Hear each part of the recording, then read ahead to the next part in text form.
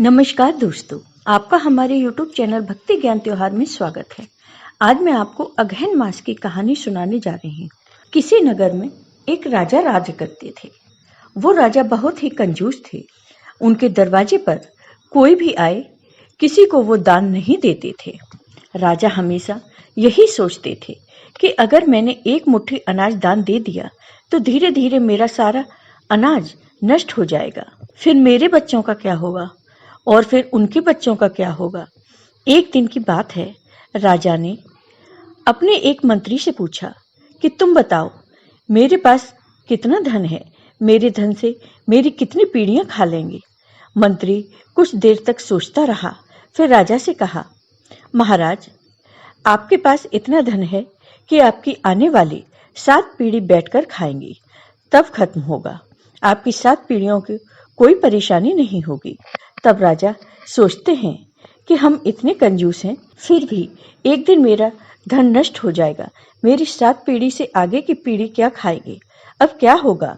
इसी चिंता में राजा खाना नहीं खाते। तब रानी ने कहा, क्या बात है, आप भोजन क्यों नहीं कर रहे। राजा ने कहा, कुछ नहीं, मुझे भूख नहीं है। फिर रानी बार बार खाना खाने को कहती हैं, तो राजा थोड़ा सा खाना खा लेते हैं। इसी तरह कई दिन बीत गए और धीरे धीरे राजा बीमार पड़ गए। अब रानी को बहुत चिंता होने लगी कि राजा को क्या हो गया है।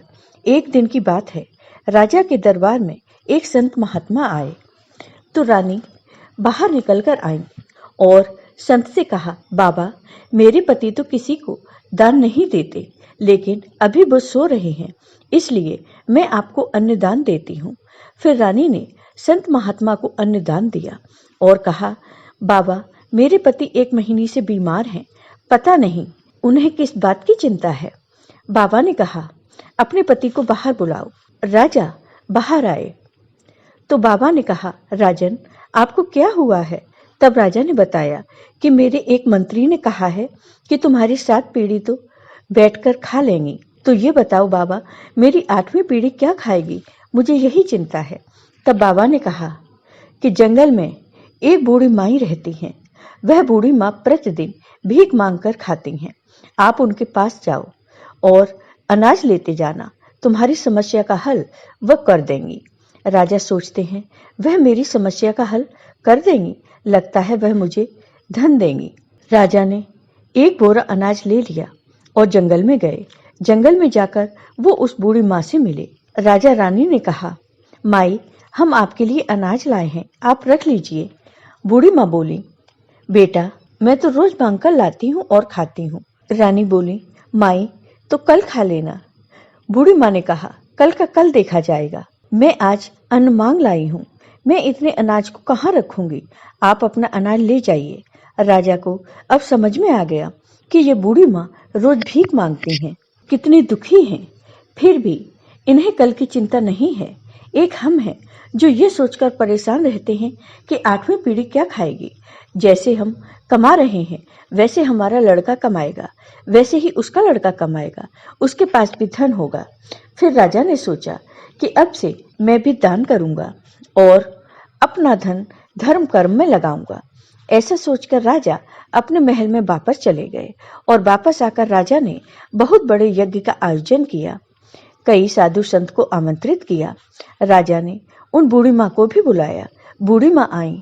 जब सब संत भोजन कर रहे थे तो उन बूढ़ी माँ ने एक संत के पैर पकड़ लिए और कहा कि आप मेरे प्रभु हैं, आप मुझे वचन दीजिए कि मैं बैकुंठ में वास पाऊं। यह सब देखकर राजा बोले, माई, ये क्या कर रही हो। तब बूढ़ी माँ बोली, ये मेरे प्रभु हैं, इन्होंने मुझे बैकुंठ जाने का वचन दिया है।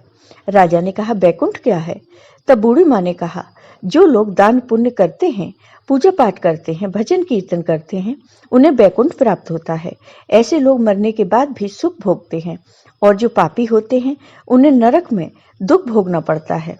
राजा को अब सब समझ में आ गया और वह बूढ़ी माँ के पैरों में गिर पड़े। जय हो भगवान विष्णु के। आपको ये वीडियो पसंद आया हो तो कमेंट बॉक्स में कमेंट करके जरूर बताइए। साथ ही मेरे वीडियो को ज्यादा से ज्यादा शेयर करिए। धन्यवाद दोस्तों।